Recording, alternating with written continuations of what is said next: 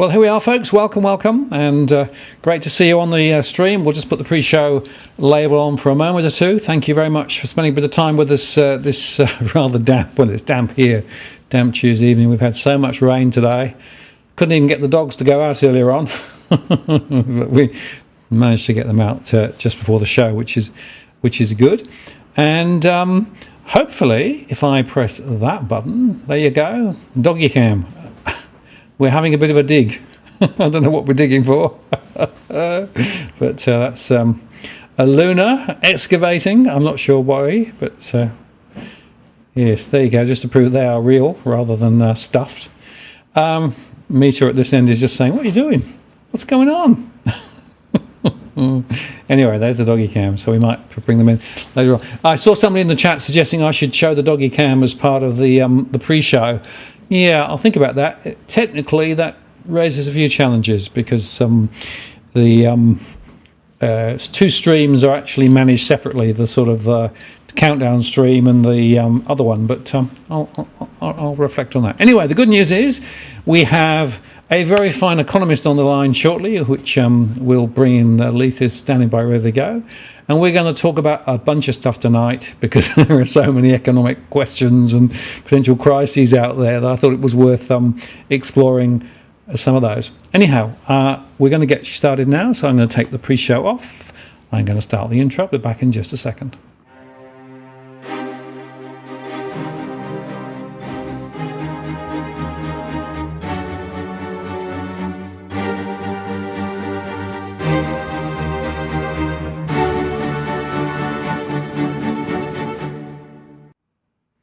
Well, good evening and welcome to this live stream event on a rather soggy February evening. Thank you very much for spending some time with us. Martin North from Digital Finance Analytics here. Great to have you with us. We're going to have a very interesting economically centred conversation this evening. Before I bring Leith in, let me just remind you that as normal, of course, we don't provide specific financial or legal or economic advice. It's a general conversation only. Do please play nice in the chat room. We do moderate the stream. Do encourage cross-chat, though. It's part of the reason we run these live shows is so you can express your views and opinions, so feel free. 22nd of February today, so if you're watching in replay, that's the date this was recorded. Use that Walk the World to get my attention. It's the best way to make sure that your question gets into my queue. And I've also enabled Super Chat, which means that you can get your question to the top of the list or indeed make a contribution to the running of the show, which is always greatly appreciated. And I want to say thanks for those who already made a contribution this evening. Greatly appreciated. Thank you very much. Right, well, without further ado, let me see whether I can bring Leith in. Leith, you there? I am. Hello, everyone. G'day, Martin. Thanks for having me on again. Yeah, great to have you back on again. I just thought I need an economist, right? I need an economist with a good point of view on things. And I thought, I know. Because let's face it, we have political questions, we have interest rate questions, we have housing questions, we have rising petrol price. Well, actually, pretty much everywhere you look, things are falling off the perch. That's right. Yeah, well, certainly life's getting a little bit more expensive for everyone.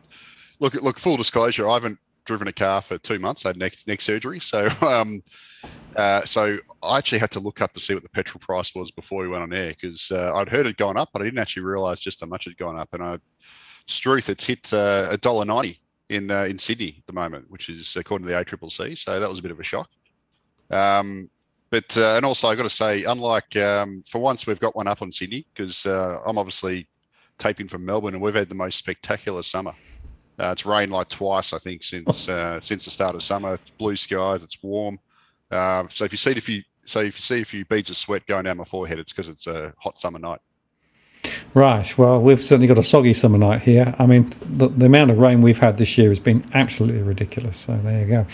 Now, people probably will know you, Leith, but for those who don't, just give us the 50,000 view of you, who you are, where you come from, and your approach to economics. Yeah, well, thanks for that. I'm an economist. I worked at the Australian Treasury in the early 2000s for 3 years. Left there, went and worked for the Victorian Treasury for a year. Then went to the dark side, worked for Goldman Sachs for 5 years. And about halfway through that, I was very bored, I must say. And I wasn't working in economics then. I was working in like regulatory capital, so capital adequacy type stuff. And I got a little bit bored, so on the side, I started up a personal blog, just to basically fill in the hours and keep my sort of brain tuned in on economics. Through that blog, I met David Llewellyn Smith, who also had a blog. And then we started catching up for lunches, etc., and beers and whatever. And Dave lives in Melbourne as well. And then one day we came up with the idea of merging our blogs into a super blog called Macro Business, and that was 10 years ago. And 10 years on, it's still going strong. So I pretty much do that full time as well as work with Nucleus Wealth as their chief economist.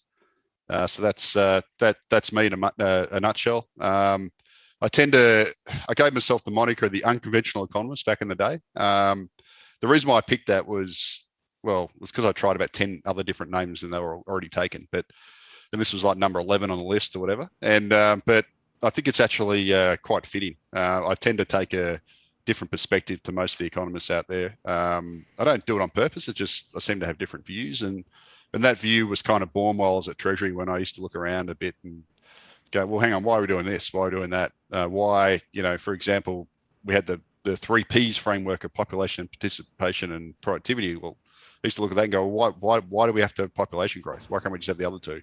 All those sorts of questions. And I guess over a 10-year period of writing for Macro Business, my thoughts have been, I've become a bit more, wedded in my views, and I tend to go against a lot of the economic mainstream on a lot of these issues, which my personal view of the economics profession is that it's largely corrupted, because a lot of economists obviously work for industry organisations who benefit from said policy. So it's often not independent, and I like to call that out.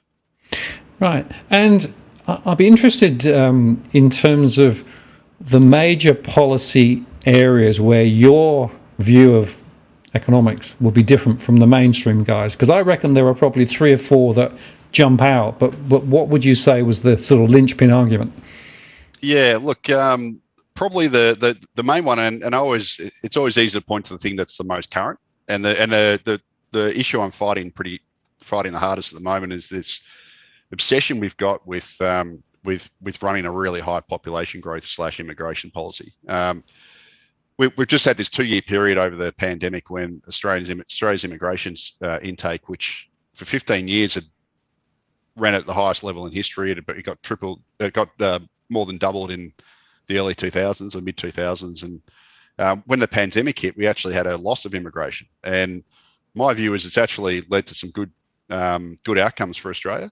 Yet the policymakers that be, the politicians, the industry groups, pretty much everyone wants to go back to the old system we had in the previous 15 years when it was clearly a failure. We just had I talked about this with you last time. The last decade was the worst decade for living standards in at least 60 years of data, of records. We had the lowest per capita GDP growth. We had the lowest per capita disposable income growth, household disposable income growth. We had crumbling productivity. We had an erosion of living standards across the board, whether it's people being forced to live in shoebox apartments, spending longer time stuck in traffic, having to pay tolls everywhere they go. Pretty much everywhere you look, we had this dilution of living standards over the last decade, which wasn't purely caused by excessive levels of population growth, but immigration, but certainly that was a contributor. And yet we've just had the pandemic. We had this 2-year pause. We've got a taste of what it could be like, and yet all the policymakers want to return to that same stupid model that didn't work. So I guess that's the main issue at the moment that comes straight to my mind, because I've been fighting it so hard. It's kind of my the issue I'm going to die on a hill on at the moment, and previously there's been other ones. I used to fight hard on negative gearing, but now that that's that policy's dead in the water, I don't really bother anymore because it's sort of a failed cause. I've been fighting pretty hard for years on trying to get anti-money laundering legislation, on Australian property. So just if you don't, I'll just go on a quick insight on that. When I worked at the Australian Treasury all the way back in 2003, I worked in this area called the International Economy Division, and just over the partition was this other group called the International Finance Division, and I was literally 2 feet away from them. And these guys were trying to get through, like Australia had just signed on to these global anti-money laundering rules, which were supposed to come into effect in 2006. We're now in 2022, and Australia is one of just a couple countries that still hasn't signed on to this agreement. We've had about 5 different consultation periods under multiple different governments, whether it's Labor or Liberal, and yet Australia is one of the few countries that will not implement anti-money laundering rules pertaining to property. And what it's done is it's basically left Australia as a safe haven for dirty money. And we've had the head of Transparency International call us out, the head of the Financial Action Task Force, which is the global regulator, call us out. And, Labor, Liberal, doesn't matter. Neither of them have done it. And it's about time we do it. And every time that the government's about to sign on to this, the real estate lobby, the accountants, the lawyers who will be impacted by these laws kick up a stink, and the rules get canned. So I'm hoping that that the Labor Party, assuming they win the upcoming election, which looks pretty likely, will finally have the guts to actually implement that policy. But those are just two of a number of areas I've been battling against, I guess, for years. So one of the other questions I wrestle with a lot is the debt question, right? Household debt is very, very high in Australia. Government debt is not as high as some other countries. So do you think that's a problem, or do you think that's a manageable problem? I'd say, well, it's manageable if we keep creating interest rates. So I think I talked to you last time. The way I think it's going to play out in the next, we can get into this more detail, is we're going to have a period of rising interest rates. It looks inevitable. And I wouldn't be surprised if the RBA kicks up interest rates a little bit in the next year or so. I don't think it's going to come as quickly as most economists think, and I'll explain that if you want now or later why. But so what I think will happen is the RBA will ratchet up interest rates. Could be 0.75, who knows? But because we've got such a high load of debt, we'll end up having a housing correction. Might only be 10%, which is kind of seems to be what happened the last couple of times. But then that'll be enough to then spook the RBA, who will then come back and cut interest rates again. And potentially next time, instead of bottoming out at 0.1%, I think it's in every likelihood that the RBA might actually go into negative rates. So effectively, they'll follow what the ECB's done and what a few other places done. They'll actually pay banks to lend. So at the moment, you might be able to get it, say, a variable mortgage rate for 2% if you can shop around. What this will effectively mean is that if the RBA starts paying the banks to lend, you might be able to get a mortgage for 1.5%, and then 1%. So I think that's what will happen. We'll go through this cycle where rates will rise a bit, property prices will fall, RBA will get spooked, back to the races. And the whole debt issue is obviously, I guess, sustainable as long as you keep manipulating the market like this, which, to be honest with you, there's a lot they can keep doing to keep manipulating the market. So, who knows? We could be having this chat in 10 years, except the cash rate by then will be minus 1% or something by that stage. Who knows?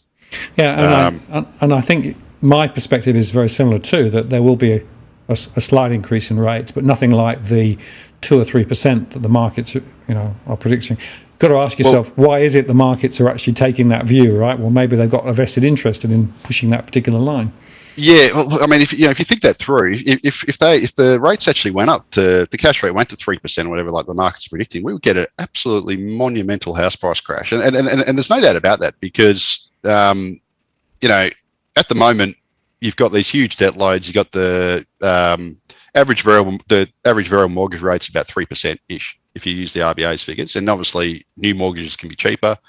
So if the cash rate went from effectively 0 to 3%, you're going to get a doubling of mortgage rates, thereabouts. So, it might be off a little bit, but that's going to effectively double your debt servicing repayments, which, I don't know about you, but I don't know how many Australians will be able to, take that in the neck without going and getting into some serious trouble. So I just don't see how it's possible to increase it that much, because rates have fallen so low. You don't need every 0.25% increase is actually a huge percentage increase in your interest bill. So realistically, even a 1% increase. So if it went up to 1.1%, or if it went to 1.25%, that's a massive increase on the level that we're at now, and it's going to create quite a lot of headwind. So because the debt load's so big, because rates are already so low, they can't actually increase them. A 0.25% increase now is worth 4 times what it was when interest rates were a lot higher. Well, there's a bit of a rule of thumb, Leith, on my modelling. I run these surveys of stress and things. A 0.5% increase in rates will put in about another 150,000 households into my category of stressed, right? Yep. And every time the rates go up, it's somewhere between 150 and and 200,000 additional households. So we go from 1.5 million with cash issues. You could be up towards 2 million, right? If rates went all the way that people are talking about. That can't happen, because if it did, the economy would crash. Yeah, and there's no way that because if the RBA did go to 3% or whatever the markets are predicting, they wouldn't do it all at once. So they'd be doing it in steps, and they get stopped out well before it gets to that stage. So effectively, the housing market would be turning down vigorously. The economy would be in a major pickle, and there's no way the RBA is going to keep cutting while that's going on. So I think it's this whole notion of 3% is absurd. I can't even see it going to 2%, to be quite frank. So 1.25 maybe, I don't know, but obviously never say never, but that's a famous last words. But I think anything over 2% is very highly unrealistic in my view. And would you change your view if the Fed started rapidly moving the rates up in the US? People are talking 7, 8, 9 rate rises over the next year. Well, yeah. I doubt they do it over there. So I realize inflation is obviously a lot higher over in the States. But again, if they did 7, 8, 9 increases, well, they'd be in a lot of strife too, I think. So I don't think they'd even do it. But if the Fed did do that, that would and we kept our rates at a much lower level, and that's going to put downward pressure on the Australian dollar. So that could cause its own issues. It could cause imported inflation to spike. But I think I had this conversation with you last time. I don't think the RBA is going to hike on the back of imported inflation. It'll do it on the back of domestic inflation. So if wages go up, so it's already said over and over again that it's not going to hike rates until wage growth picks up above 3%. And I personally can't see that happening at least until the end of the year. And the reason for that is twofold. First of all, I think economists now are predicting that tomorrow's wage price data, we're going to get basically 0.8% quarterly growth in the December quarter, 0.8% quarterly growth in the March quarter. Well, if we get that, that only brings the annual wage growth to about 2.7%. I worked that out today for the March quarter, and that information won't come out to nearly June. So that still doesn't hit the 3% threshold. So if we got another 0.8% in the September quarter, that would take us to exactly 3% annual growth. But that won't. But the RBA won't have that information till basically early December or late November. So I think I'm suspecting interest rate rises probably won't be on the agenda till the end of the year, just based on the lag in the wage price data. And the RBA said repeatedly it's not going to raise rates until it actually sees the data, because it's made the mistake so many times of predicting that wages are going to grow and they never do. So it actually wants to see it this time. So it's going to be reactionary. And I think based on that, they're probably not going to have the information to the end of the year. The other issue is also we've got obviously another 0.1% increase, 0.5% increase in the superannuation guarantee mid-year, and that'll also subtract from wage growth. So yeah, I personally don't think interest rates will be live until the end of the year, whereas I think some other economists are picking sort of June now, just based on the flow of the data. But could be wrong. The wage growth could come in a lot stronger than 0.8%, which might make them move earlier. And I guess we'll get our first piece of the jigsaw puzzle tomorrow when the December quarter wage growth data comes out. So I'm looking forward to that one, because it should at least answer a few questions. But it's interesting, isn't it, how the RBA has shifted its narrative from an inflationary band to a wage growth target. Yeah, I actually quite like it. I like the fact they've done this, because there's no real point raising interest rates to counter an imported inflation shock or something caused by supply chain, because that's not going to solve the problem. Interest rates are great for managing demand, right? So shifting around interest rates are great for managing demand. Well, if the inflation is not coming from demand, there's really no point raising interest rates to counter it, because it's not going to do anything. But if obviously wages are growing strongly, that's a surefire sign that you're going to get this domestically generated inflation. So I think it's a wise move, and I think it's one of the errors they made over the last decade. If you look at the RBA's wage growth forecast over the whole decade, it was like this: a hockey stick, hockey stick, hockey stick, hockey stick. Instead, it went down.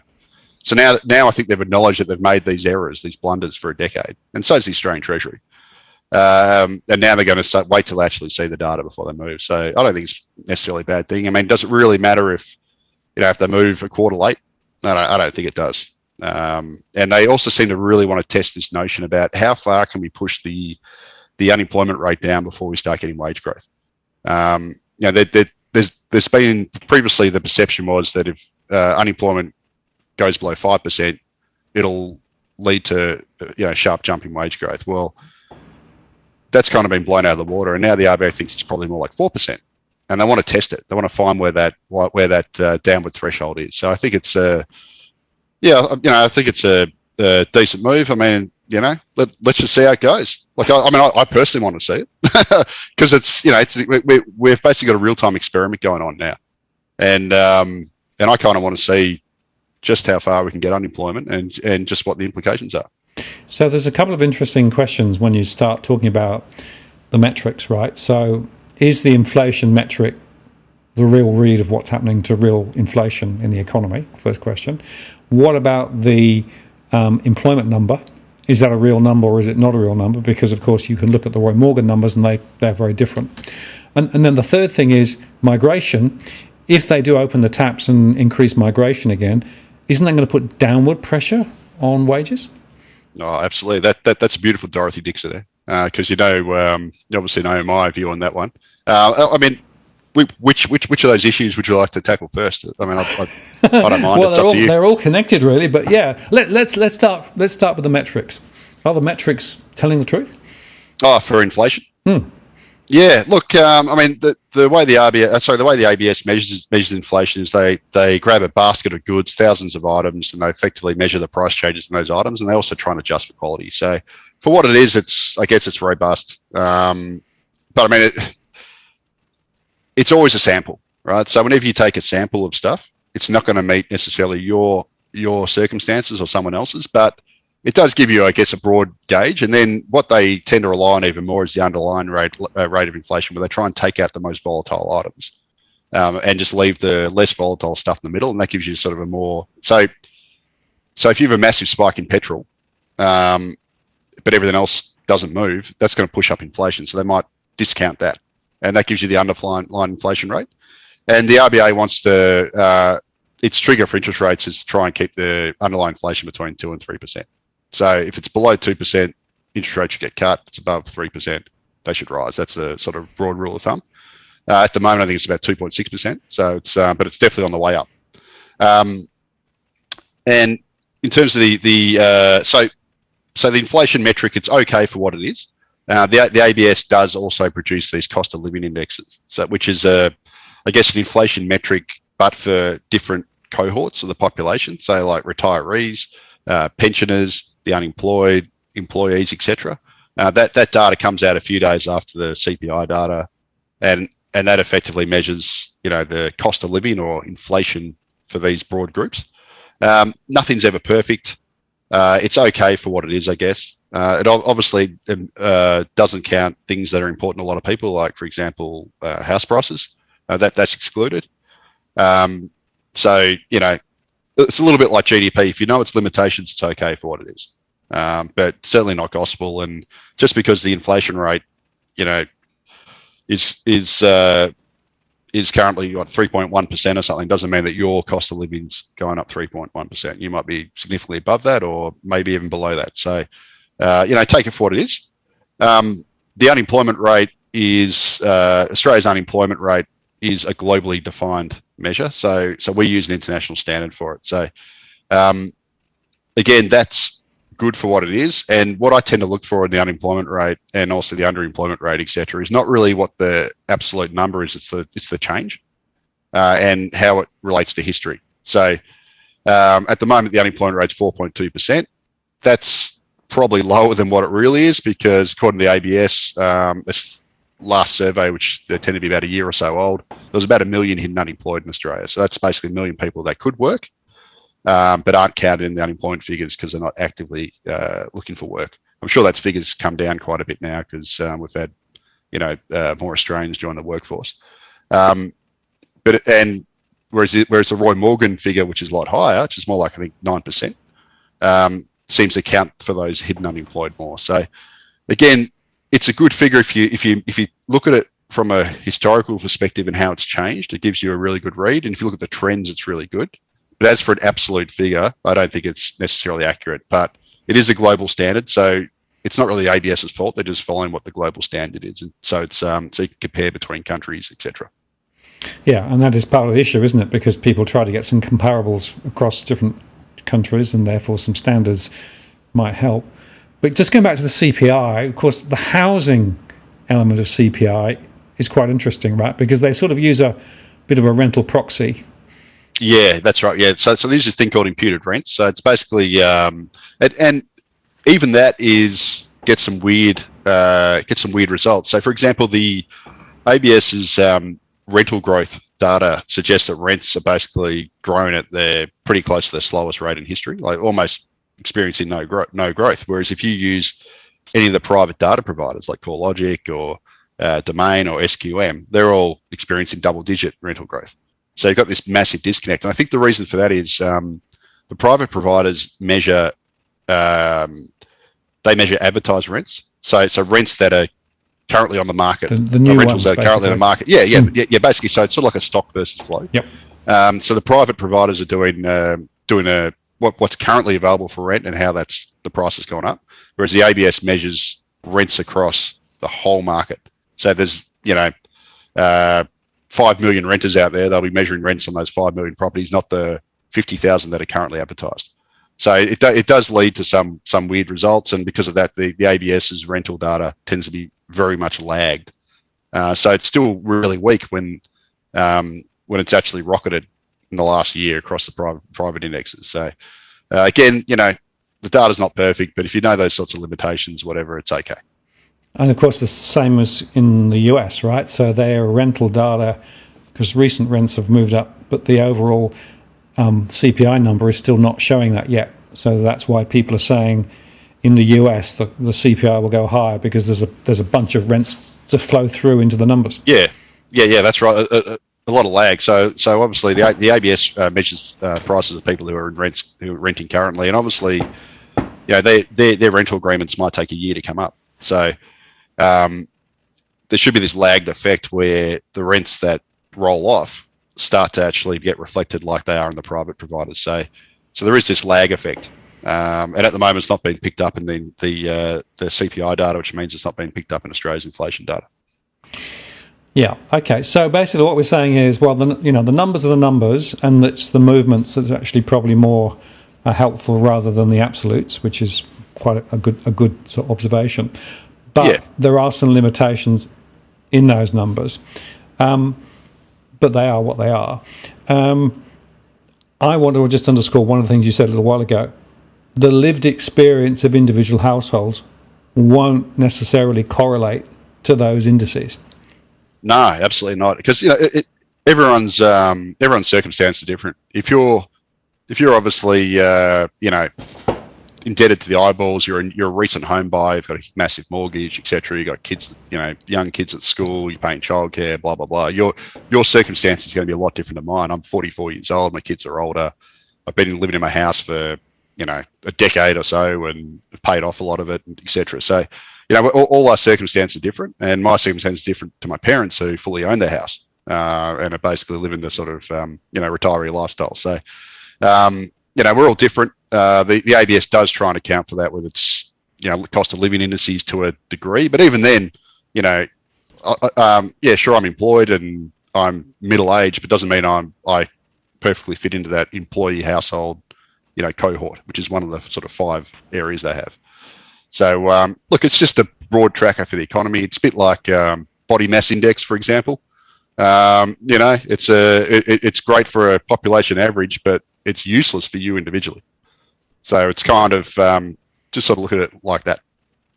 And I guess the point I want to make there is that all these indices have the same characteristics. You could say the same about the house price indices, right? people need to understand the limitations of these indices, right? What I get frustrated about is a way so many people seem to grab them and then try and build a whole edifice in the sand, right, off the movements in the index, right, without understanding some of the limitations that's driving the inputs. Yeah, for sure. And obviously with the house price indices, you know, which one are we talking about? You got the ABS and the domain one uses a different methodology to CoreLogic, which used a different methodology to Residex, which is now owned by CoreLogic. So, you know, they should all move. They all kind of move over time in a similar way, but they do give different results in a given quarter, or even in a given year and across different markets.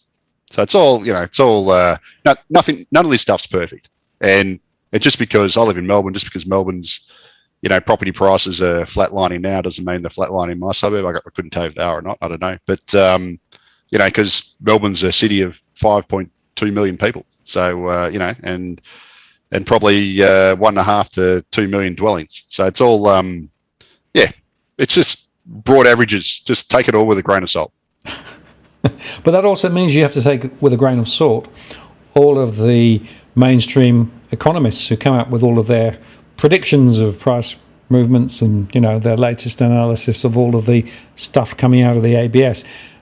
This whole industry of, if you like, parsing the information and just making up a story seems to me to keep a lot of people employed. Maybe that's the employment strategy, but does it really help? Yeah, look, there's a lot of noise with everything really, and unfortunately, as we know, a lot of the narrative is set by lobby groups and vested interests. And unfortunately, my profession is impacted a lot by lobby groups and vested interests. I mean, how many economists are there working for industry groups, etc., that just parrot whatever the industry group wants? That's just the way it is. And it's similar across a lot of industries. So, I guess you got to take anything you read with a grain of salt, and that includes what I write. You shouldn't take everything I write as gospel. That's a lot of it's my opinion. I try and base it on fact, and it's not always right. But so we should. Everyone should view everything with a skeptical lens.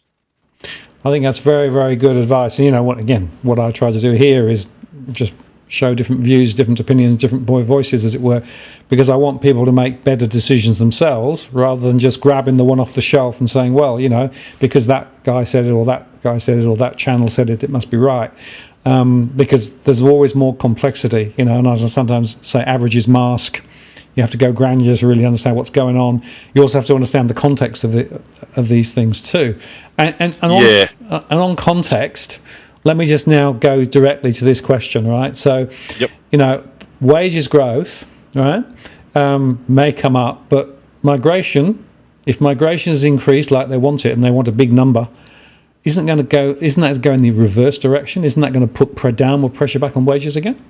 Oh, totally. Look, the Morrison government said in late November it wants 200,000 foreign workers in Australia by July. So we've already seen, the preliminary data. There's no official data out, but I've read in the AFR there's been pronouncements by the immigration minister that there's already been tens of thousands of students and working holiday makers and backpackers, etc., arrive. So it's pretty basic economics that if we're going to flood the labour market with a whole bunch of foreign workers, well, that's going to increase the unemployment rate, other things equal, and of course put downward pressure on wages. And look, this is exactly what the RBA has been spruiking for years. They use this thing called the Phillips curve, which basically says the lower the unemployment rate goes, the higher wages should go. So there should be this inverse relationship. And so for anyone to try and deny that that rebooting big Australia immigration won't put won't increase the unemployment rate and put down pressure on wages is basically lying.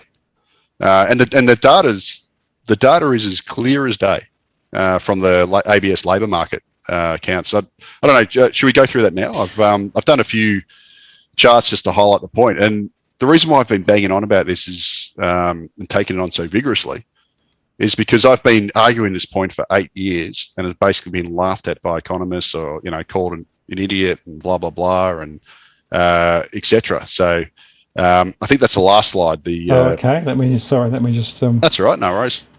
Move my pointer there. Whoops. There's only... There you go. Okay, I'll just tell everyone, this isn't a chart fest, so it's not going to sit here for next hour going through charts. But basically, what I want to show is Australia's unemployment and underemployment rate is basically tracking near a 14-year low. So the underemployment rate rose marginally in January because of the Omicron outbreak, but it's effectively tracking close to its lowest level since November 2008, and so is the unemployment rate. So unemployment rate is currently at 4.2%. The underemployment rate's at 6.7%. Both are tracking near their lowest level since 2008. Now, this has happened. This has all come about despite the fact that Australia's jobs growth, despite what they all tell you, is lagging way behind the pre-COVID trend, which you can see in the left-hand chart. So despite all this stimulus, look, the stimulus was great. There's no doubt about it. I mean, it was wasteful, a lot of it. But in terms of filling the hole left by lockdowns and restrictions, etc., it did do its job. It's boosted employment. It stopped us from effectively, going into a depression. But this whole notion that it somehow put the economy on a higher trajectory than it was pre-COVID is complete rubbish, and that's shown by this chart on the left. We've had slower jobs growth than we had pre-COVID. Clearly, it's obvious it's there. Yet the unemployment rate and the underemployment rate has fallen to close to its lowest level in 14 years.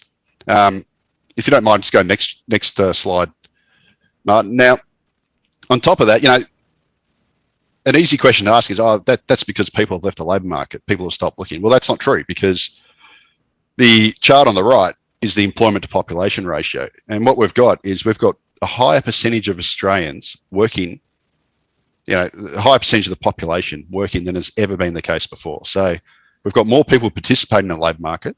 The labour force participation rate, which isn't shown here, is actually higher than it was pre-COVID.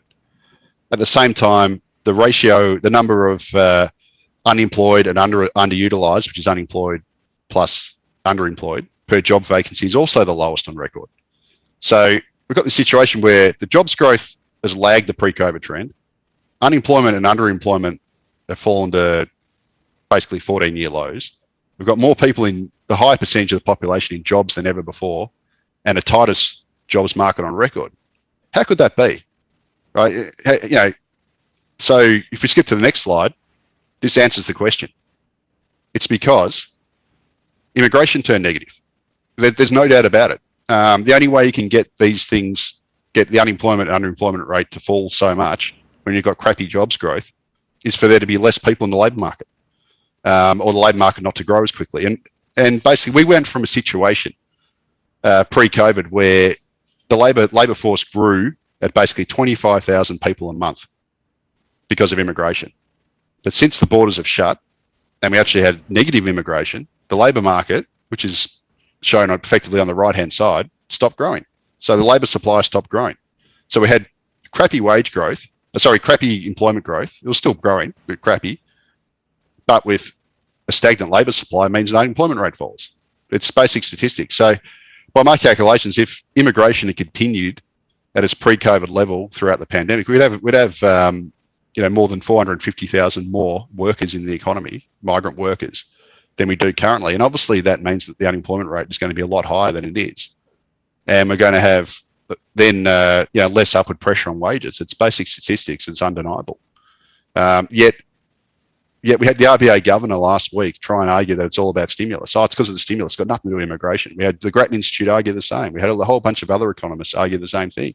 Yet it's here in black and white in the statistics, showing that the reason why the unemployment rate's fallen, the only way you can get the unemployment rate and underemployment rate to fall so much and have more people in jobs than ever before in the face of slow jobs growth, is for the labour market to stop growing and to stop bringing in people.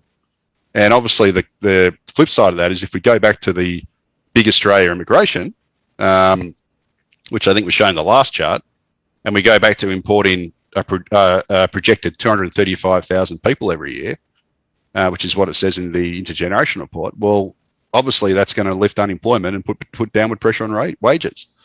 It's basic statistics, and it's shown clear as day in the data. It's irrefutable. And yet we have a whole bunch of economists right across the economy, including the RBA governor, trying to argue that that the Earth is flat and none of this applies. It's quite bizarre. I've also got a chart here that so Gareth Hutchins, I think his name is, from the ABC, has done an absolutely brilliant job as well. He's effectively presented the same data that I've done, but in a different way, and he's shown unambiguously that the fall in the unemployment rate has been caused by the closed border. So what he's got here is the dark blue line is the growth in the labour force, which is basically the domestic population growth plus immigration, and the red is the jobs growth. And you can see the whole period of the big immigration from 2005, effectively up until the pandemic, except for a little bit in the first couple of years during the mining boom, the labour force grew at a faster rate than employment growth. And what that meant is the unemployment rate rose. And then since the pandemic's hit, despite the fact that we've had pretty ordinary jobs growth, the big fall in labour market growth has meant the unemployment rate's fallen. So it's effectively showing exactly the same thing as what I've shown. It's irrefutable. And the flip side again is that if we go back to rebooting big Australia immigration, well, then you're going to end up with higher unemployment and lower wage growth. And I guess the other flip side of that is lower wage growth means lower interest rates. So maybe that's the whole plan after all. But yeah, look, it does surprise me that we have all these economists across the country trying to argue that this isn't the case when it's clear as day in the data and it is irrefutable. So I'm going to make an argument here to suggest that a lot of the people who are arguing for this very significant rise in migration is thinking about all the spare properties that are out there, particularly the high rise. And wouldn't it be nice to be able to get people to buy them? So if you bring a few more people in the country, you can keep property prices higher. Absolutely, and you can see even with the so obviously vested interests, pull the strings of most of the economists in the country. If you work for one of these business lobby groups, you're going to be obviously singing the company hymn sheet. What gets me is you've got groups like the Grattan Institute, which are supposed to be independent, or they claim they're independent, but if you actually look at their donor list, it's full of big business, who are also trying to argue against this stuff. And it's just nonsensical. Like the Grattan Institute even had the gall to argue that that immigration creates more jobs than it takes. So, which, using that logic, we wouldn't have had the big fall in unemployment during the pandemic. And using their logic, we could just increase immigration to 1 million a year and we'd have no unemployment. It doesn't make sense. It's nonsensical. But these are the sorts of arguments I have all the time with these people. And it's kind of frustrating, but it's also fun now that I know I'm right and I've got the data to back it up. So I'm really digging the knife in. And just on the last slide there, just to complete the story, right? This shows the what happened to migration, right? The significant drop, and then effectively the expectation it'll return to where it was previously. That's right, and this is as usual. This is from the Intergenerational Report. They didn't bother to go back further than 2000 because I'd like to see this same chart going back to like 1940 because because the line would be really really low, below 100,000 a year, and then and then magically it just jumped up in 2005 once the Howard government opened the immigration floodgates. It's never gone back. Yep. But of course they've cut it off at 2000 to make it look like it wasn't out of context historically, and to make that look like it's normal when it's not. The 15 years, 2005 to 2020, was an absolute outlier in Australia's history. We used to do under 100,000, and then suddenly, 230, 240,000 a year became the norm. And the Intergenerational Report, predicts that it's going to go back to 235,000 a year over the next 40 years. Australia is going to grow by 13.1 million people, which is a 50% increase, and everything's going to be hunky dory. Whereas the ordinary person like you and me, who lives in near Sydney or in Melbourne, in my case, knows that the population is going to double, and we're going to be living in a mega city of 10 million people with everyone living in apartments and having their standard living cut. So that's basically the lived experience. But of course, none of the big Australia shills ever mention the downsides. They just talk about bigger economy, aging population, as if like immigration doesn't solve that, by the way. And more tax revenue while ignoring the costs on the state governments and individuals having to pay for toll roads, etc., and all this expensive new infrastructure. So it's the sort of stuff we touched on last time, but it's very infuriating for me, who's been banging on about this for 8 years, to basically witness the pandemic, think we're going to get a reset, and then find out that we're not going to get a reset. We're just going to go back to business as usual, which failed so abysmally the last time around. It's a definition of insanity. Yeah. And of course, it's also just reflecting on two other things. The first is, if you think about the unemployment rate, it might be very low, but you should also think about the quality of the jobs that people have, right? Because the definition of unemployed is, so much working or not, but it doesn't tell you about how well they're paid. It doesn't tell you how full-time or part-time the job is.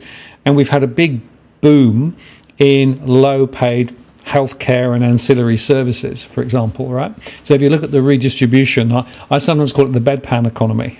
Yep. I've used the same one. I think you and I have basically spun the same line over many years. Yeah. It's these sort of extractive industries. It's not that you don't need them, but no. I think last time I talked about it, the people servicing economy, I guess, is what I called it. So they're not sort of wealth generating parts of the economy. It's not like tradable stuff, manufacturing, etc., or something you can sell overseas. It's just jobs you have to service more people, and it's by definition low productivity, and also often quite low paid, and it's often paid for by taxes. So yeah, and obviously that revenue's got to be raised somewhere else. So yeah, absolutely, bedpan economy, people servicing economy, whatever you want to call it, dumb economy, I don't know, but. Look, I certainly don't want to disparage people who work in health. My wife works in health, and obviously, we need those jobs with an aging population. But I guess you don't want to base the whole economy around it, I guess, is the thing. But let me take this argument slightly further, because there gets to an interesting question about how the economy works, right? And there's the old idea of money flow, how fast money goes around the economy, right? And is it the same dollar that's going round, or are we actually multiplying the dollars that are going round? Now, there are some industries, particularly I guess if you are trading with the rest of the world, that can create more dollars. So it actually does create an economic positive outcome. But there's a hell of a lot of stuff that is just shifting that same dollar around the circuit again, right? And of course, interestingly, if you look at the supply chain numbers, the money supply numbers, I should say, rather than supply chain numbers, they've gone way high. And that's partly because of all the government stimulus and everything else. But it hasn't necessarily created any more productivity nor any more value. No, it certainly hasn't created more productivity. I mean, I think last time around I presented some charts showing that the productivity growth in Australia has been absolutely dismal.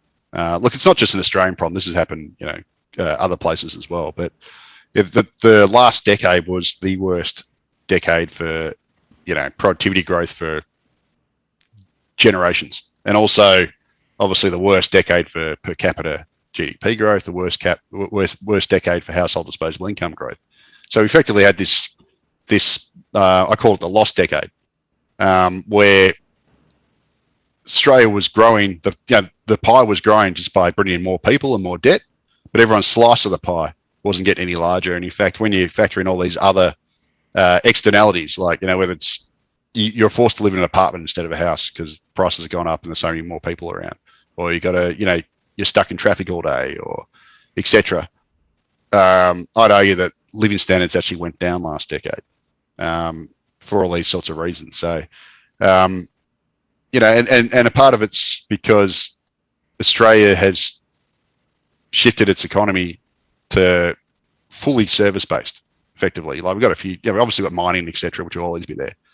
But if you strip out the mining bit, we're effectively a service-based economy, which is not, advanced economies are always more service-based. But ours are, but our manufacturing sector is the smallest in the OECD, or smallest in the developed world. We've got effectively no manufacturing anymore. And we're effectively just this, bring people in, sell coffees to them, sell massages to them. Like the massage joints everywhere in Melbourne, I don't know how they'll use them. Sell massages to them, build houses for them, build toll roads for them. And that's kind of the whole economy now. And so I often describe it as a Ponzi economy, but it sort of is, because you've got to keep bringing more and more people in to produce all these BS jobs for them, and to then create more demand to build more infrastructure, which you only need because you brought the people in the first place. It's kind of this circular, this crazy tail wagging the dog economy that Australia's got. And perversely, it actually makes you poorer overall in a country like Australia, because we we're obviously very rich in natural resources, and that's how we effectively pay our way in the world to a large degree. Is we dig stuff up, we flog off our natural resources, and obviously a lot of it goes offshore because it's foreign owned, but we do get a lot of that back in company tax, etc., which then gets dispersed across the population. Obviously, if you double the population, you're effectively halving your mineral wealth per person. So it's kind of a stupid policy for a country like Australia to do. It's going to make you worse off, in addition to creating more pressure on the environment, etc. And it's probably why countries like Norway, which is rich in natural gas, don't pursue these sorts of policies. Like, does anyone honestly believe that Norway would be rich if it had 10 million people instead of 5 billion? I don't think so. I don't think they think it would either. But, for some reason, Australia's got to keep growing. We've got to keep growing in size and whatever, and, bugger the consequences. It just doesn't make sense to me. No, well, I have this thought of you have to pedal harder to try and stand still, right? Because that's effectively what we're doing at the moment. And the only levers that we've got are lower interest rates so that people can get bigger mortgages to buy more property, to be able and more people. Exactly. So that's the sort of the vicious circle here. But it's not a productive economy. You know what? I should recoin this to 2 Ps. So the Treasury's got the population, anticipation, productivity. We should just be population and property. the real 2 Ps. I only thought about that now. I can't believe it's taken me 10 years to thought about that now. But live on air. But that's really the 2 Ps that drives the economy: population and property. Yep. So the rest of it's just window dressing. The government doesn't really even try. They don't care. Well, I think I may have quoted it. I saw it, I think, being written about New Zealand, that the New Zealand economy was basically an economy that was driven it's a property economy with a little bit of the rest of the economy bolted on the side, right? I mean... that's Bernard Hickey. Yeah. Bernard Hickey from Interest.co coined that. And I think it's actually a very, very good point to make, right? That we've got this massive, all-embracing, growing property sector, and more nearly and more, $10 trillion now. Yeah. Nearly 10 trillion, just about to hit 10 trillion. Exactly. And then, of course, it gets to the point where it's too big to fail. So come back to these shocks, right? If we did start to see significant price falls in properties, which is if it does eventuate because of higher interest rates or just because there's less demand for property, that's going to put huge pressure on household budgets. The wealth effect will go negative. But it also put huge pressure on the banks, who basically are big building societies and are just basically lending their books, to generate more property sales and transactions and more mortgages. So this whole thing comes unglued very quickly then. Yeah, and a lot of that problem has been caused by the Basel Capital Accord. So back in 1988, this global set of capital rules came out called the Basel Capital Accord, and effectively what it did was it set globally defined amounts of capital banks have to hold against different kinds of risks. And what it did was it heavily biased residential property over business lending. So effectively, I'm trying to think with the 1988 Basel, I think it was a 50% risk-weighted asset. So effectively, you only had to hold half as much capital for a property loan as you did a business loan. And over that time, Basel II came out and have actually shrunk that even more. Correct. So that now, if you're a Big Four bank or Macquarie, you effectively only have to hold your risk rating is about a quarter. So you've got to hold a quarter of the capital you've got to hold against business loans. And this whole system, which kind of made sense at the time, if everything should be risk-based and we should put more capital in the things that are higher risk. It all sounded all well and good. But the problem is what it's done was it's made lending way more biased towards non-productive assets like property over productive things like business lending. And it's effectively skewed the world's economy into property, into property speculation. And if anything, it's gotten worse over the years because subsequent revisions to that capital accord have then brought out these, allowed banks to use their internal models, which are even more generous to property lending.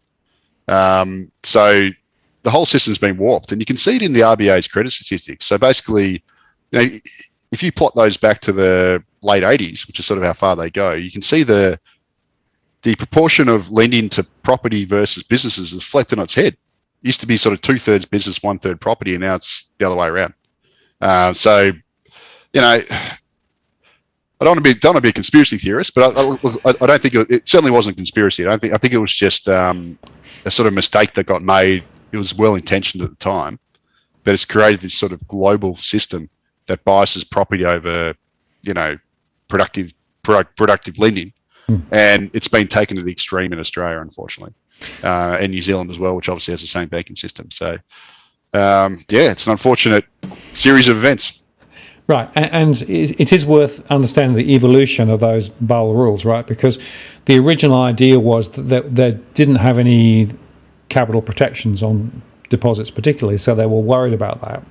So they wanted to try and find a way of having some equilibrium between the deposit side of the balance sheet and the rest of it. So that's where it started out. But then the smart bankers started pushing and basically saying, well, we can use more sophisticated financial engineering, and we can securitize this, and we can take it off balance sheet and do all of those things. And so what we've now got is a very stressed set of bank balance sheets because of this, even now, right? And then, of course, don't mention the derivatives, which aren't necessarily on full on balance sheet as well. What we've lost the way. So the Basel Accords, I absolutely agree with you, are actually part of the problem. They're not part of the solution, right? And what that basically means is that the banker's banker, Bank for International Settlements, the curly bracket that sits above all the central banks, is part of the problem. Yep, and they sort of dictate down to the various countries who've brought in these rules, or derivative of these rules, and that's kind of got us in the situation we've got. So, and it's pretty hard to unscramble the egg, unfortunately. I often wish we could go back in time to say 2013 or something, after we had go back to the gold standard. But even 2013, I remember at the time on macro business, we were arguing really heavily for macro prudential policy to come in. Yep. And basically, the RBA said, it's a stupid idea. APRA said it's a stupid idea, etc. But I sort of wish, maybe if they'd gone hard on that then, before we had the next credit boom, etc., that we wouldn't have leveraged up so much, and we'd have a property market that's, instead of being 4 times the size of the economy, might be 2 times the size of the economy, or 2.5 times the size of the economy. Something way more manageable. But anyway, it's wishful thinking. That's what's done is done, and we are where we are. So.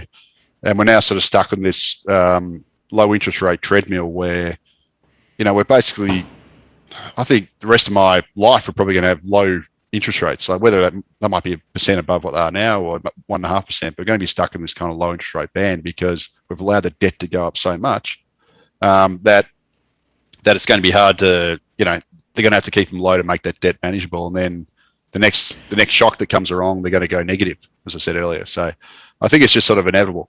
That's where we're going, and look, there is precedent around the world. Bank of Japan's kind of done it, ECB, etc. So, Japan's never been say the never. Longest, right? So, yeah, that's right. And they still haven't got dug the way out again. No.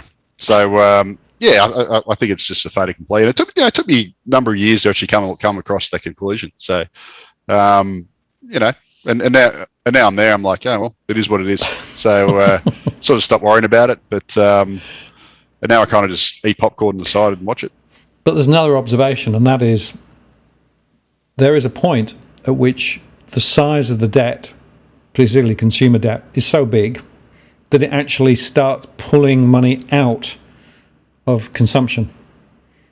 Right? So the old argument was, well, if you increase the wealth effect, people will spend more, and because they're going to spend more, they're going to actually stoke the economy and it'll grow. And consumer expenditure is a large proportion of our economy. It's even more so in the US. But there's a crossover point where that no longer is true, because the amount that's going to supporting debt is effectively sucking the air out of everything else. Yeah, and obviously as interest rates rise even by a little bit, we're going to get less disposable income. So at the moment, household consumption on average accounts for about 55% of the economy. So it's the biggest driver. Fluctuates, can go up to 58, go down to 52, but it's around about 55 on average. We've got a situation where in the last year or so, we've had obviously massive interest rate cuts and all the stimulus, etc. So households are awash with cash at the moment, but there's no more, well, at the moment, never say never, things could change, but right now there isn't any more sort of household stimulus on the card. So I think this year is going to be the year where households erode those massive savings that they've accumulated. and that'll keep the economy going along okay this year. And just to point on that, the distribution is very important to understand, right? It's not equally spread across all households. Oh, it'd be the rich mostly. Yeah, it's the top 15, 20, 25%. So basically, if you think of it as a sort of a distribution curve, it's sort of like that, with a lot at the top end, but there are a whole lot of people with less than a month's savings anywhere, and a lot of debt. Yeah, for sure. That's the group that I see as being the most at risk. Oh, absolutely. And you can sort of see that the way the stimulus was distributed. So, a lot of that actually went to the top end of town. So, no doubt the people at the higher end of the tax spectrum would have accumulated most of those savings. But even so, I think there's a fair bit of household savings in there to keep us going for a while. But I guess towards the end of the year, I'll be interested to see what happens, because if we do get some mortgage rates are going to rise regardless. Fixed rates are already going up. And Gareth Aird, one of my buddies at CBA, he put up a really good chart, and he made the argument that even if we had no, interest rate rises from the RBA, we're going to have a whole bunch of people who will roll off their 2 to 3 year fixed mortgages sort of starting next year, the year after, and they're going to suddenly reset at a much higher rate. Whether that's to go, they got a 2% fixed rate and they got to go to 3% variable, or they got to try and get another fixed, which is a lot higher. So it reminds me a little bit of the financial crisis in the US when they had these sort of adjustable rate mortgages. Was that them? The ARM ones, which were a period of time they got like this teaser rate, it was really low, and then but those expired after a very couple of years, and then suddenly they got ratcheted up to this high rate. And we're kind of going to have a similar kind of, much smaller degree, obviously, but there's going to be a sizable number of people who got these really, really cheap fixed rates that are then going to suddenly ratchet up to 2 to 3 year fixed rates, who are going to get who could get a bit of a shock when those reset in a year's time. Yeah, absolutely. Well, I'm watching that very closely through my surveys, and again, I see that those situations. I'd also make the other point. There are a number of people who are mortgage prisoners. They're on higher rate mortgages than the best in the market, but they can't swap to the cheaper ones. Is that because they're self-employed, or they're on these? They've got loan to value ratios, or incomes under pressure. The various parameters that are used. Because if you go back to the start of COVID, the banks were very generous in being able to move people onto different rates and turning them into interest only and all those sorts of things, right? And they actually saved a whole lot of people getting into really deep pressure through that COVID cycle. I'm not seeing that same generosity now. In fact, I'm seeing precisely the opposite. I'm now seeing banks just quietly whispering to these households under pressure, look, you basically along these lines, your financial profile has changed. The best thing you can do is to sell your property before you get into difficulty, because you are going to get into difficulty, right? Yeah, because the banks were worried that there was going to be a massive volume of forced sales. Now they can trip feed it, so they're not so worried. And in fact, that's a good point, because I think we're also seeing that with the ATO, for example. So the ATO was very lenient on small businesses during the the worst of the pandemic, etc. Mm-hmm. And now that we're coming out of that, you're likely to see the ATO be a lot more strict, and they won't be as lenient going forward. So that could create pressures at the margin on certain individuals, businesses, etc., who will suddenly have these tax debts they have to pay. Absolutely. Now, as we sort of move into the last 30 minutes, let me just broaden the aperture slightly, because there's an international context here too, right? Now, I don't want to get into the complexities of all the international crises that are bubbling on around the world, but let me just sort of explore with you a couple. The Russia situation is looking more and more shaky, and it's worth just reflecting that 10% of global oil comes from Russia. A lot more gas than that goes from Russia to Europe, so they will have an energy crunch potentially. We know that the price of oil's nearly 100 US, and people are now saying it could be a lot higher. So even thinking just on these economic parameters, is that enough to create a significant economic shock here in Australia, do you think? Well, it certainly would push up inflation and create this cost of living pressures.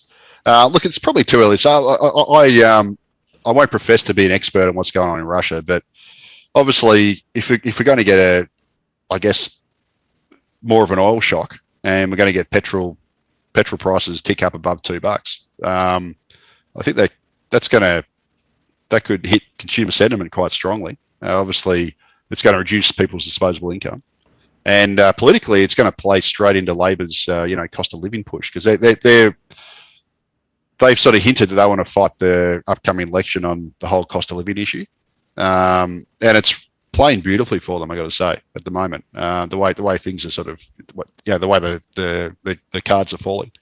So I think it's going to play nicely for Labor, but certainly higher energy prices will push up inflation, and that'll, I guess, create more pressure on the RBA. Even though I think they should probably look through that, because again, it's this imported inflation issue, and trying to manage demand through interest rates doesn't really help when you've got an imported inflation problem. It's not going to fix the petrol price. So yeah, look, it's definitely one to watch. I must admit, until you'd mentioned it, I hadn't really even thought about it, because I've been kind of reading the headlines in Russia, sort of rolling my eyes, going, oh yeah, whatever. Just another global, thing, because it seems to be a Tuesday that we get these kind of rumblings internationally now, and I must admit I've become sort of a little bit desensitized to it. But but I also hadn't. Yeah, obviously it's it's big, but I don't know. I guess I'm just getting cynical in my older age. Well, let me throw you a little cynical dust back, right? It's convenient that just when the Fed was thinking they're going to have to put rates up a lot, suddenly the oil pressure and the European crisis is up, and so maybe the Fed will say, oh, we'll be a little bit careful, maybe we shouldn't do too much too soon, just in case. So it almost gives them a get out of jail card to stop them having to put rates up. Yeah, it is a coincidence, isn't it? But at the same time, I mean, do you think they're sort of embellishing the Russian threat, or is it? I've got no way of knowing. Yeah, I got no idea either. I talked to some people. I had a guest on some weeks ago who was arguing we're only getting one side of the story. There is actually another side of the story from Russia. I don't know, but I am interested in the economic fallout, which I think could be quite substantive, right? But here's another one, right? What about China, right? So we know the China economy is slowing. We know that the property sector in China is looking like a hard landing rather than a soft landing. We do sell a lot of stuff. 35% of all our exports go to China. Yep. So is there a chance of an economic shock coming from that quarter? Oh, absolutely. I think that's been on the cards for ages. And especially as, China sort of tries to shift its economy away from just building stuff. It's funny, but Jim Chanos, I think, when I first started doing macro about 2010, was sort of making the same arguments, and 10 years later they're still doing it. They're still, they've been building like mad for a decade, and probably 8 years longer than I ever thought they would. But yeah, certainly, and not just that. Also, China's sort of taken this bizarrely have taken as COVID zero policy even now. So the thought on the street is that China's going to remain closed pretty much the rest of the world for this whole year. Which is quite unbelievable, and that actually has ramifications for Australia, in that our biggest tourism market is China. So at the peak before the pandemic hit, we got about, I think it was $18 billion just from China in tourism exports. Now, if they maintain this COVID zero policy, what it effectively means is, and they discourage travel abroad, what it effectively means is that we're going to get very few Chinese tourists, because when they have to return back home, they'll have to quarantine for 3 weeks. And who's going to want to do that? Also, with the COVID zero policy in China, we're going to have less direct flights between here and us here in China. So there is those sorts of impacts. We're going to get less tourism in China, probably get less students as well, because of all the geopolitical fallout, all this kind of stuff. So that then also plays in the Australian economy, because China, again, is our biggest tourism market. We got 1.5 million Chinese tourists in 2019 before the pandemic hit, and so that's going to punch a big hole there. We're going to get probably less students, and China are the one international student source. Before the pandemic hit, they were our biggest. They're the one that was actually closest to being a genuine export, because only 20% of Chinese students actually worked in Australia, whereas if you flip that around and say India or Nepal, it's like 80%.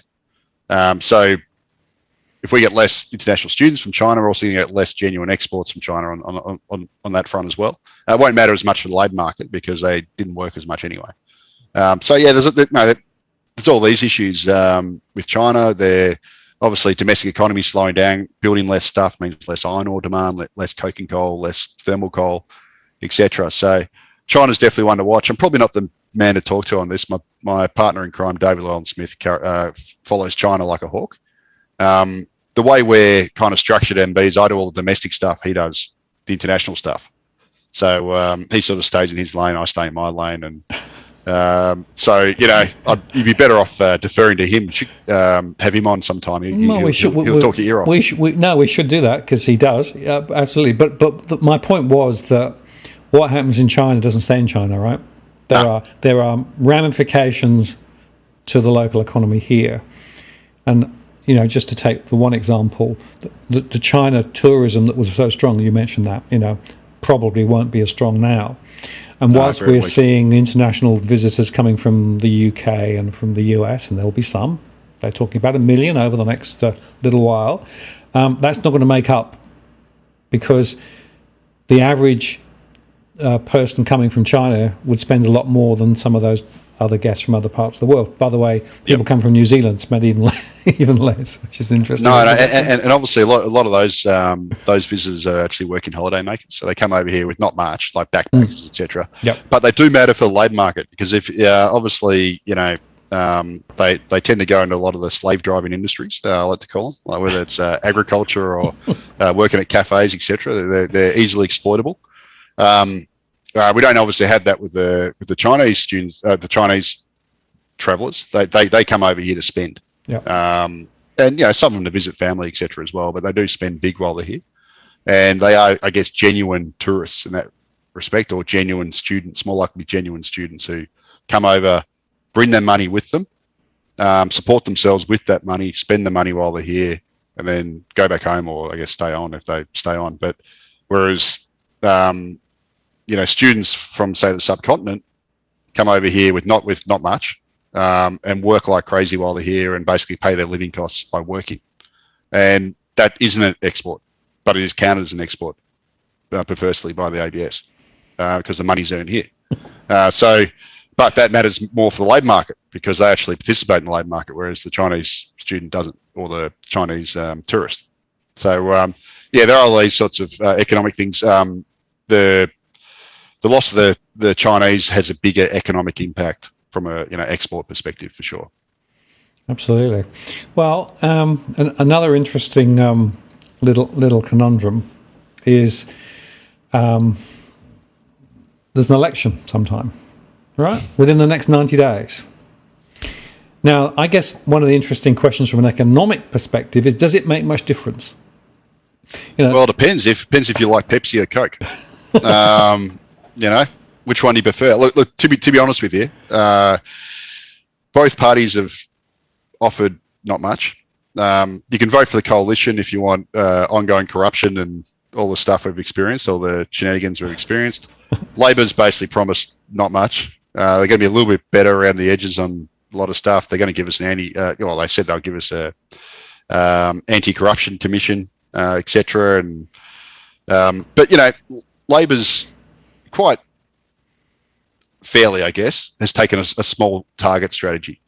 Now, you can understand why, because under Bill Shorten, they went to the previous two elections and announced all these policies, etc., and they lost. And the government used them as scare campaigns. This time around, they're promising basically nothing.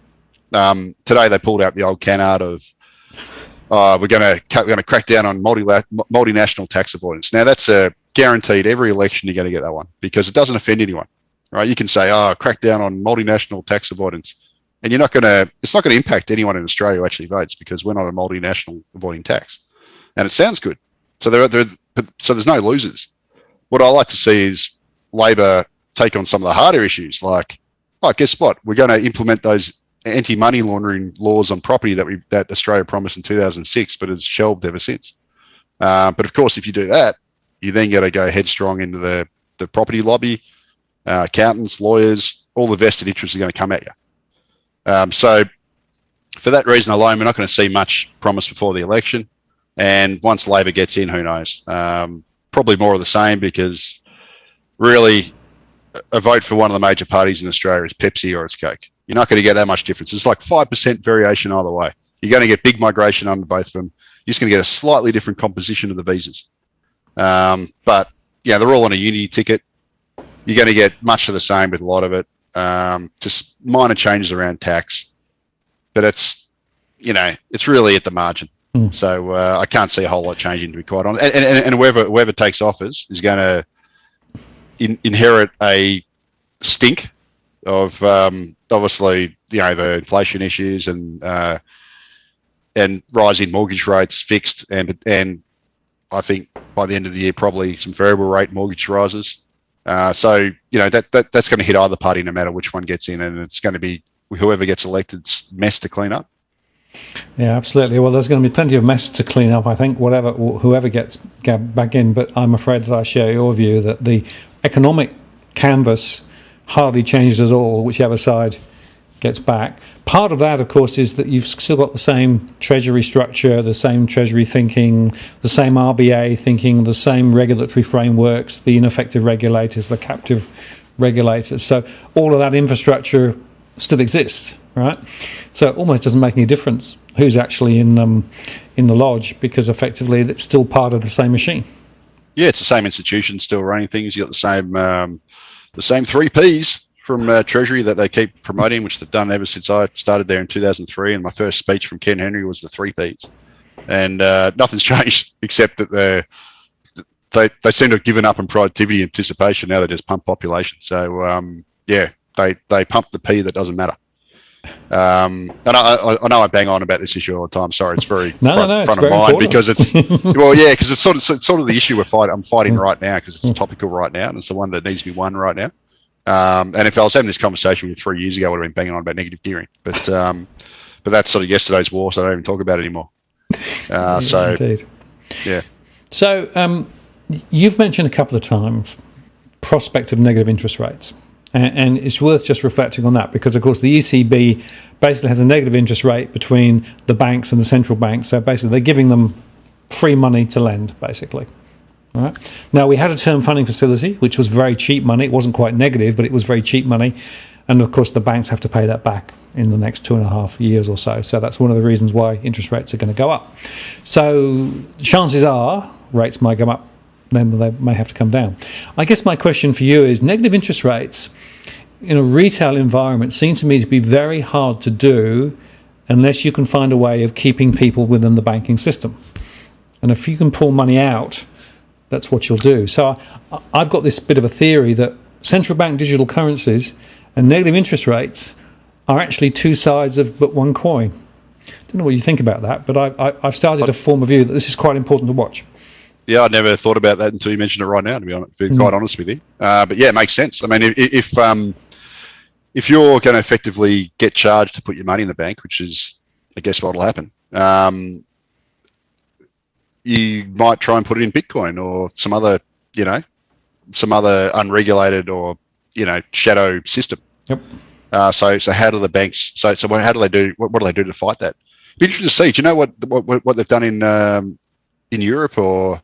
Well, these other places that have been doing this for a long time? So there are very active discussions about central bank digital currencies, retail central bank digital currencies. No one is drawing the clear line that I'm drawing, but if you look at some of the material that's been put out, basically including from the IMF, they're all saying if you need to take rates negative, you have to find a way to stop people taking money out the system. Yeah. Now, I fought the cash ban a few years ago because that was another example of stopping people moving money out the system, basically. And if you are given a central bank digital currency account at the central bank and that's where your money goes, right, suddenly you're in the system and you've got no choice but to work within the system. So I, for one, will be very interested to see whether, in fact, the Treasury's work, which is currently running on central bank digital currencies, at all starts to mention the linkage between that and interest rates. And it's worth remembering, of course, that APRA is expecting all the banks to be able to handle negative interest rates in Australia within the next year. So that's right.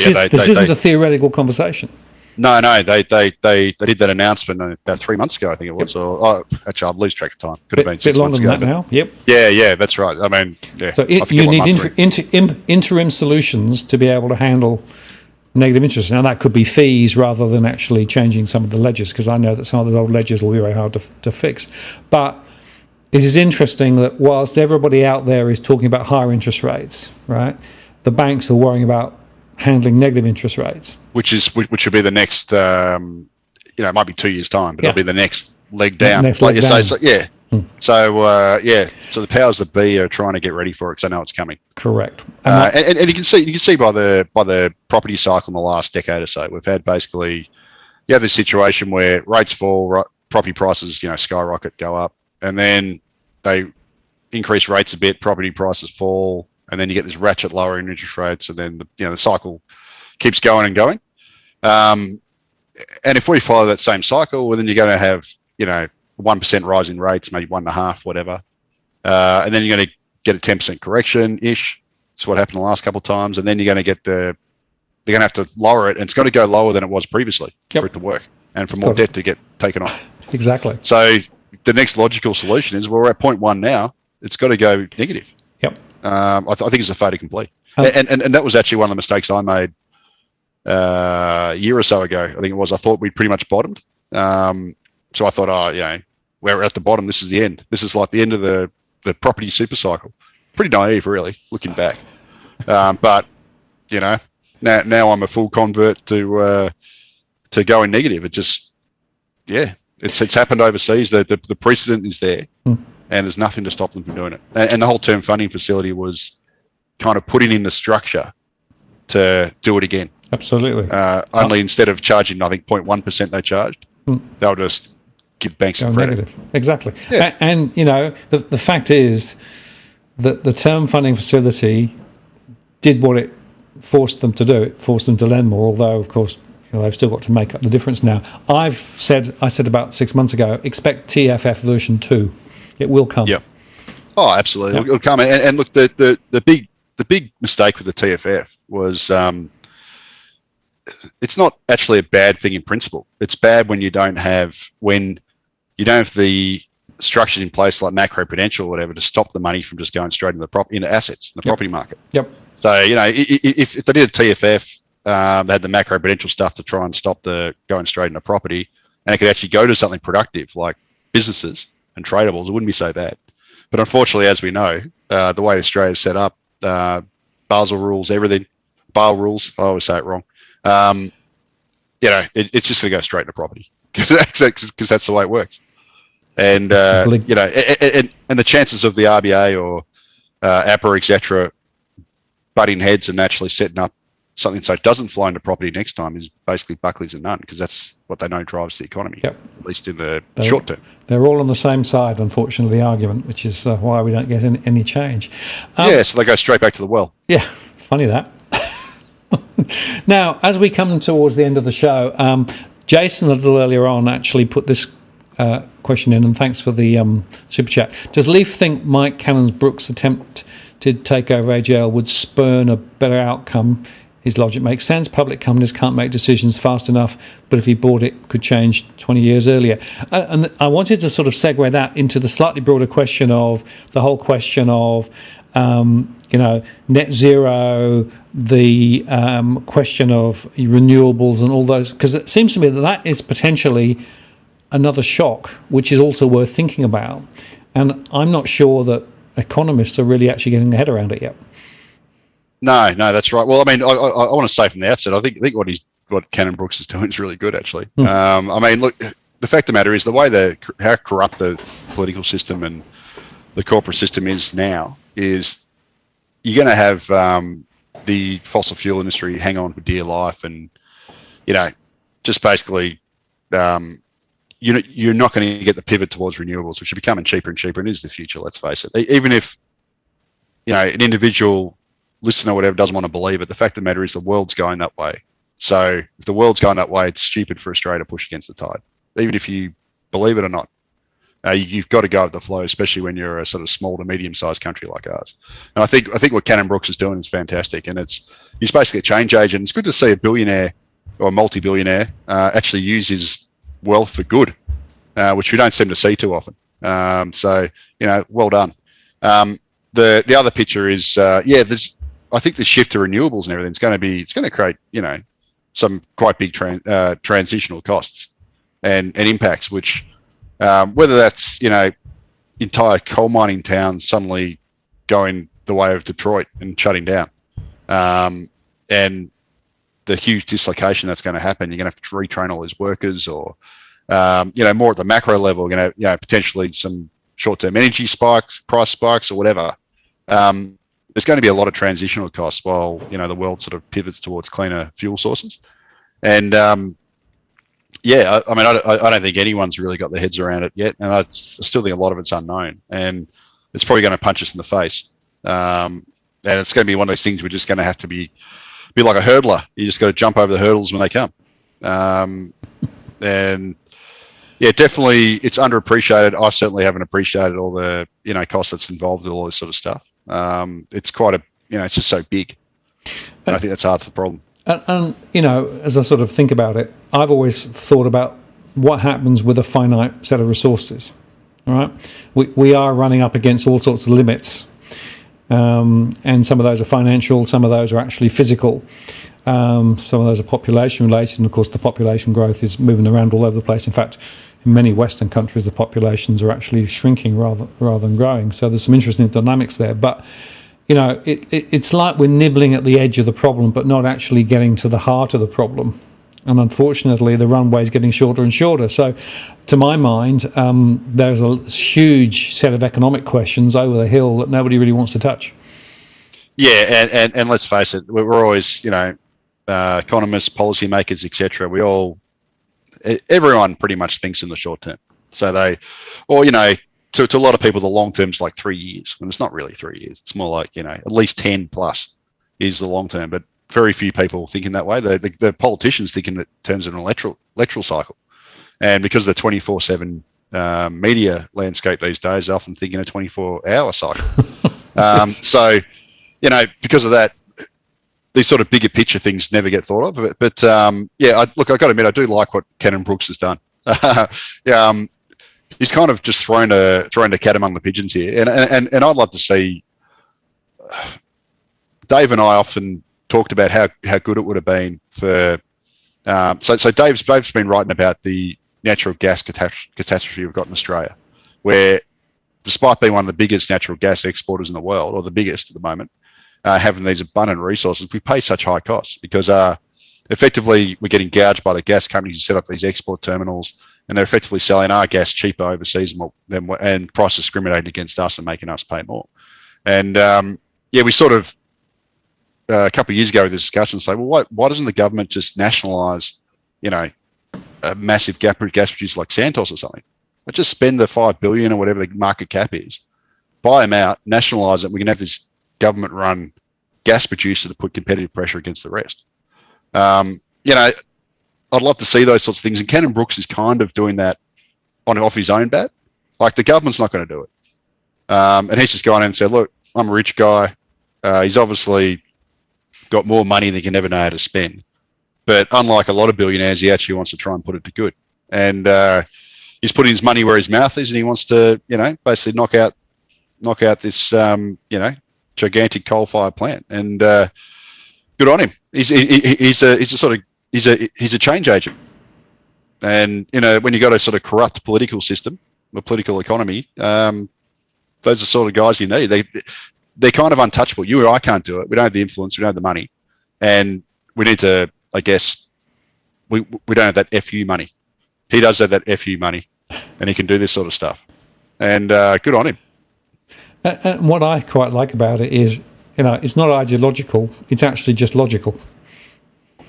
Oh, it's absolutely logical. It's great, and it's a sort of discussion you don't get if you leave it to the politicians, because they're always murdering these vested interests who are pulling the strings, and all the lobbyists, all the fossil fuel lobbyists and business lobbyists and everyone else who are basically won't let them do it, or politicians are probably on the take. They're probably been guaranteed these cushy jobs post their political terms.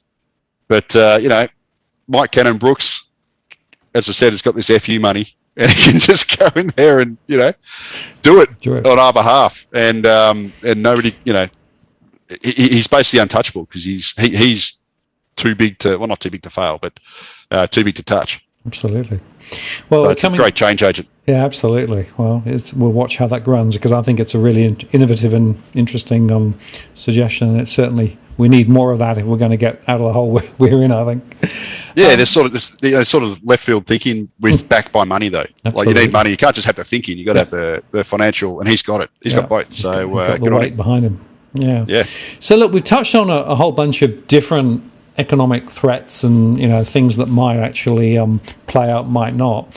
Of all the things we've touched on, which is the one that you think we should be most fearful of? Those economic shocks. That's a big question. Look, probably the biggest shock is the one you don't see, right? So this what was it saying? There's the known knowns, the Rumsfeld, known unknowns, the unknown unknowns. Yeah, that's it. That's it. Yeah. Yep. I mean, look, you obviously can't be afraid of them because you don't know they're there. But like, basically, the things that always get you, the stuff you don't see coming, right? So, financial crisis, 2007. Just had the COVID pandemic. What's going to be the next thing? It's going to be something. Hopefully, it's not a war. Like, that's the one I really hope it's not. Like, I'd hate to see a full scale war of some kind. That'd be we've been quite fortunate in our lifetimes not to have to experience that. Not to the degree that say my grandparents did, and that's the number one thing I don't want to see. But it'll probably be something you don't even see. And in terms of stuff you can see, oh man, where do you start? I guess the thing that would worry me the most is get back on this war theme would be some kind of conflict with China, where Australia's like pulled in and we've got to I don't know, China invades Taiwan or something, and we've got it, and we get sucked into this kind of war with China and that kind of thing. I hope to God that doesn't happen, and that's the thing that I guess worries me the most. Whether or not it will happen, I don't know. Hopefully not. All the other stuff like rising interest rates and all stuff. It's who cares really in the scheme of things. It's not that big a deal. Rates will go up a bit. Property prices will fall. We'll have the economy will slow. We'll go through a bit of a downturn. The RBA will cut. Back to the races. We've already been through that a number of times. It'll create a bit of short-term unemployment, etc. But in the big scheme of things, it's not something to really worry about. Some sort of armed conflict or another worse global pandemic or something. I don't know. But those are the sorts of things that are likely to come and really knock the daylights out of you. So that's the sort of stuff I'd be more worried about. But this is just speculation. I've got no idea if it's going to come, when it's going to come, how bad it's going to be. I guess just wait and see. It's a bit of a cop-out answer, but I guess no. I mean, I was going through the same sort of logic to say, well, all these things are out there. How real are they, and what are the consequences? And there are some universal truisms that still seem to be there. But the one I'm thinking about is if, in fact, we are starting to see a shaping of a new global order, such that the power of the US and the US dollar starts to atrophy. And I think there's enough evidence to suggest that may be happening. And there are other forces now beginning to, exert more force. I just wonder whether, in fact, one of the biggest risks is this whole, the fiat currency and everything else, whatever you want to call it. But the power of the dollar has been there for a long, long time. What happens if that dissipates? And would that actually shake things up? Yeah, it could. I mean, the whole global economic system's been built around that since Bretton Woods. When was that? 1950s, I think. I can't remember. But basically for all of our lifetimes, the US dollar has been effectively the global standard. So what happens if that changes? It's a good question. I mean, until now, I haven't really thought about that deeply because it hasn't sort of been on the radar. I mean, there's obviously been discussions about US losing its supremacy for a long, long time, but the US dollar is still seen as the de facto global currency. It hasn't really changed. The euro hasn't surpassed it. The Chinese yuan hasn't. So, but definitely, maybe over a 10-year period that could change, especially if we end up with, if we have another couple of periods like the Trump administration or whatever, where we have this kind of declining empire type thing that's gone on in America over recent years. Who knows how long that can last? Certainly I don't get political here. I don't really care about US politics, but certainly under the Obama administration, they seem to be a lot more, the US seemed to get back its global mojo, I guess. And under Trump, it's lost that a bit. And I think under Biden, it's a little bit rudderless again. So hopefully there aren't too many more electoral terms. We don't have another decade like the last decade we've had. Wishful thinking. I've got this theory that part of our issue, both here and other places around the world, is the electoral cycle. Because there are too many short-term decisions being taken, and some of the longer-term things that should be being thought about are just pushed over the hill, right? So that's politics 101. I think I think 3-year electoral cycles in Australia is probably makes it even worse. Although actually I don't know. Like, imagine, would you want another year of the current mob if it was 4 years? I don't know. But would it make much difference? No, it wouldn't. It's Pepsi Coke, so just slightly different sugar content and whatever. But unfortunately, I think this whole modern, I think the birth of the internet, like the internet's great. Here we are. You're in close to Sydney. I'm in Melbourne. We're having a chat. We've got all these people listening. I work from home. I've been doing it for 10 years. I'm a massive proponent of the internet. I make a living off the internet. I love the internet. But the one thing it's done, and there's no doubt about it, is it's definitely facilitated the 24/7 news cycle.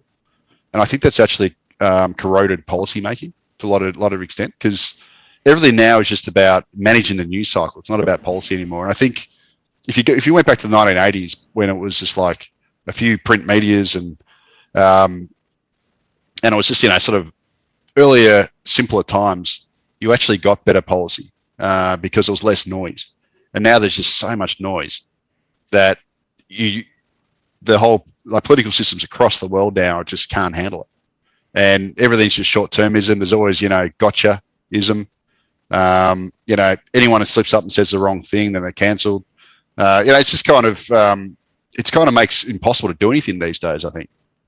And it's one of the downsides of the modern, the modern technology. But on the upside, then you also can get alternative voices like we've got. So there's lots of goods and bads. But I think one of the collateral damages has been the quality of policy making. I think part of that is the 24/7 news cycle.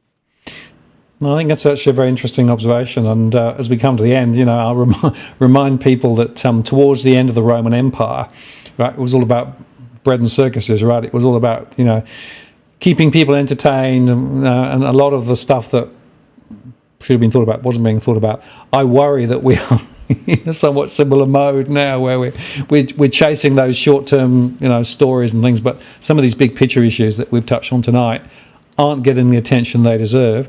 And we have a lot of partisan commentators and people who are called economists, but actually are very much protagonists for a particular point of view, not necessarily propped up by anything much underneath, is part of the problem. And that, for me, is the emperor has no clothes sort of conversation. When you actually stand back and think about it, the quality of the debate, the quality of the issues that are being explored, and the myopic view of many people is symptomatic of a deeper concern that I have. And I think the social media and the internet is part of it, but I think it's deeper than that. I think there's a philosophical problem as well. Oh, absolutely, yeah. It all feeds in. I think one thing perpetuates the other. So it's sort of self-reinforcing, unfortunately. But I mean, look, I never would have thought that I'd look back on the Howard days and say, man, those were the good old days. Yes. Because I remember at the time, the end of the Howard reign, I was like, man, I got to get rid of these guys. These guys are some of the policies, at the time I thought were pathetic. But if you look back at it now, it's like, man, that was such a good government compared to what we've had. So we've just had this 20-year decay in the political system. I mean, how many prime ministers have we been through? They just get punted out every couple of years, and constant change in leaders. And so in some ways, I didn't know what we had when we had it, I guess. At the time, I was, I wanted better.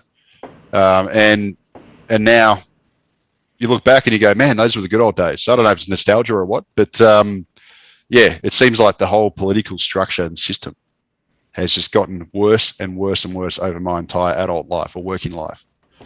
And I often wonder, surely it wasn't this bad in the 80s.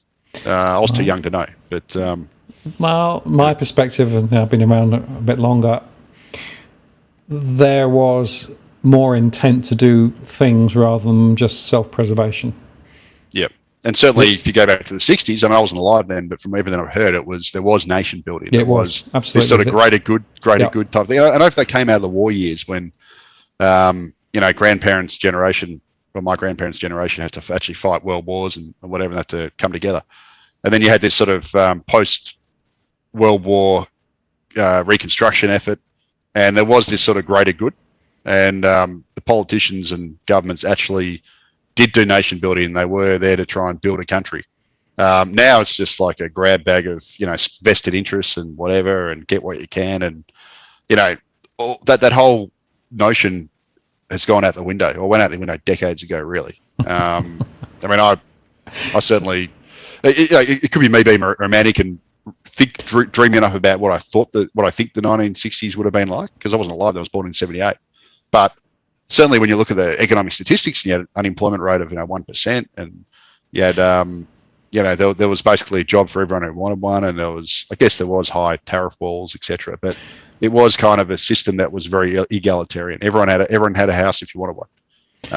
It was an egalitarian structure, which we certainly don't have these days.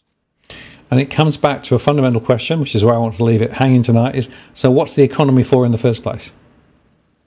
Oh, the economy is there to, maximise people's living standards. It should be, my view is, this is, I guess, more about what should politicians do. Politicians should represent their constituents, their voters, and do whatever's in their best interest to maximise, I guess, society's well-being.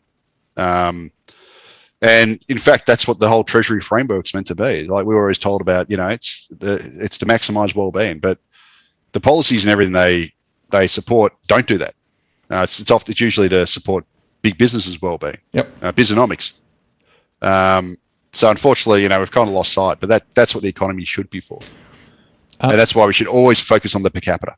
Yep. I never focus on the aggregate pie. It means nothing. It's meaningless if you don't slice it down to the per capita. And you got to focus beyond just GDP and these, narrow things, and look at the broader, well-being framework.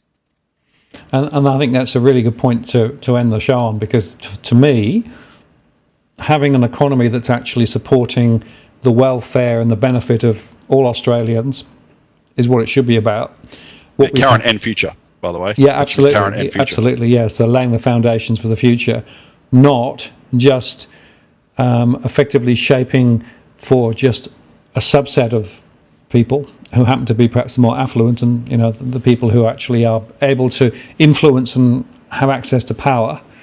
And a lot of what I see around the traps today is just not actually in the long-term interests of Australia and Australians, and that's a problem. And that's why we've got to find a different way, I think. Absolutely. Leith, we agree. Thank you. I really appreciate your time tonight, and thanks for all the comments in the chat too. They didn't ask them any questions tonight, but I've sort of picked up a few as we went along. But I think we've covered the ground very well. Thank you once again. We should obviously ask people to go look at Macro Business. Very important website there, where you guys do a really good job of sharing the news. Often before most other people, which is great. And also poking the bear. Poking the bear, exactly right. And we must do it again sometime. And we should get your partner in crime on some time to do some of the international stuff too, because that would also make good watching too. Yeah, absolutely. Yeah, Dave's a lot better at that stuff than I am because he's former editor of the Diplomat. He actually founded that, and this is kind of his background, whereas mine's more obviously domestic stuff. But yeah, look, if you're keen on a sort of budget podcast or something like that to go through the budget or whatever, that'd be that's probably the next sort of big event. Okay. Or the next set of labour market statistics or whatever you want. I'm always available. Just put up the bat signal. Yeah, we'll certainly do that, and we'll definitely get there. And Aaron just asked, whoops, missed that. What's your macro username? That's a good question. Oh, sorry. I think I'm down as the unconventional economist. Yes. That's it. Yeah. Sorry. Unconventional economist is my. So if you see anything that says unconventional economist, it's me. I've been debating whether I should just put my name on it instead. I don't know. What do you reckon? Because David used to be Houses and Holes, and he's just now David Llewellyn Smith, and I've still got my old tag, which I don't know if I should keep or not. I liked Houses and Holes because it was just such a beautiful summation of the Australian economy. Oh, it is. Oh, mate, it was brilliant. Like, yeah, when I met him, he actually started his original blog was Houses and Holes, and then mine was just the Unconventional Economist. And I was like, "What's this?" And then it was very funny. Like, it was just even back then in 2011 when I first met him, he had the Australian economy summed up beautifully. Houses and Holes. And it's not changed. Leith, thank you very much. Really appreciated your time. We've gone way over budget and over time, but no problems. I think it was definitely worthwhile. And we'll do it again sometime soon. Yeah, no worries. Thanks for listening, everyone. Sorry I babbled on a bit on a few things, but, we're just winging it. It's just a hot take. Absolutely. Thank you very much. I'm going to take you off there and I'll close the show. See ya. No worries. See ya. There you are, folks. Hope you enjoyed that. Very interesting conversation. Leith's always great value, and there's so many interesting issues that we touched on tonight. Just to tell you that next week I've got Damien Klassen on, and we're going to talk about the markets, investing now or not. So it'll be an interesting conversation given where we are with the markets and everything else. So join us next week for that, and obviously we'll be running our daily recorded shows in the interim. Look forward to seeing you on those, if not on the live show next week. I want to say thank you very much for sharing your time with us tonight, and also for all the super chats. Appreciate those. Thank you very much. Keep watching, and just before I disappear, I will just show you that the doggies are sound asleep. They've been asleep pretty much since we started, so obviously Economics 101 hasn't really done much for them, but there you go. No probs. Okay, thank you very much. See you again soon. And this is Martin North from Digital Finance Analytics, signing off. Cheerio.